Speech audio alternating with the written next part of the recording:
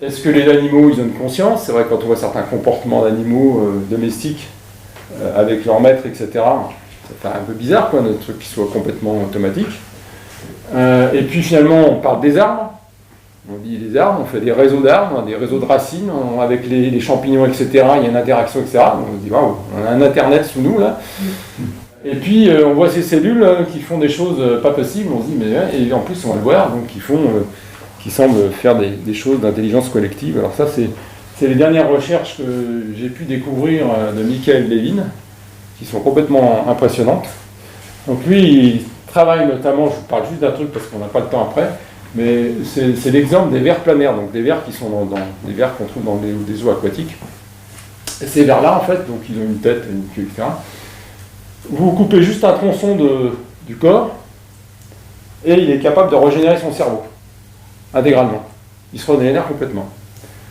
Et le chose le plus incroyable, c'est que si par exemple, avant qu'on lui ait coupé le tronc, il avait par exemple détecté un endroit où il allait plus ou moins trouver de quoi se nourrir, et bien quand on aura coupé son tronçon et qu'il aura reconstruit, il se sera reconstruit, et bien il a encore la mémoire de cet endroit-là. Donc ça veut dire qu'on se pose la question, où est-ce qu'est la mémoire, cette mémoire, où elle est passée, parce qu'elle n'était pas dans le cerveau.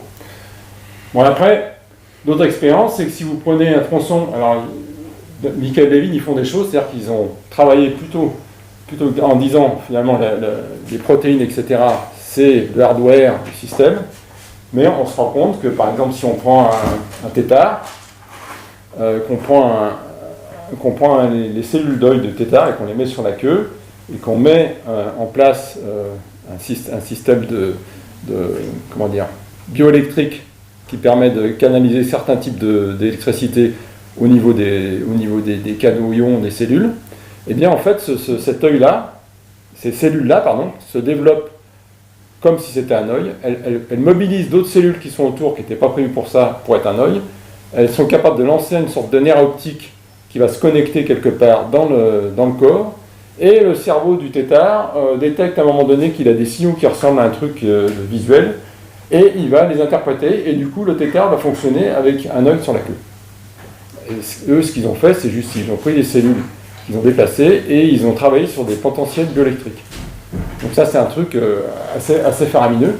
Et donc sur ces mêmes vers, ils prennent le tronçon, ils font l'approche avec bioélectrique, et du coup, ils construisent, alors on parle d'éthique, hein, ils construisent un verre avec deux cerveaux. Donc du coup, vous avez deux cerveaux. Et derrière, quand vous reprenez un tronçon donc, et que vous le remettez, et ils reconstruisent les deux cerveaux. Donc ils ont mémorisé le fait qu'ils avaient deux cerveaux. Donc c'est pour dire aujourd'hui, on est dans des choses qui sont assez impressionnantes. C'est-à-dire que l'idée, c'est qu'ils travaillent sur un autre niveau que le niveau moléculaire, et de se poser la question, est-ce qu'il n'y a pas une sorte, on appelle ça comme un logiciel, qui permet en fait de piloter l'aspect anatomique. Parce qu'en fait, la vraie question, c'est dans l'ADN, vous n'avez pas finalement d'informations sur l'anatomie, vous avez l'information sur les constituants, mais comment les corps se forment, quoi. Et donc, bon, ça a évidemment plein d'impact dans la médecine, etc. Mais c'est pour dire qu'en ce moment, on découvre des choses qui sont incroyables sur le fonctionnement du système, quoi.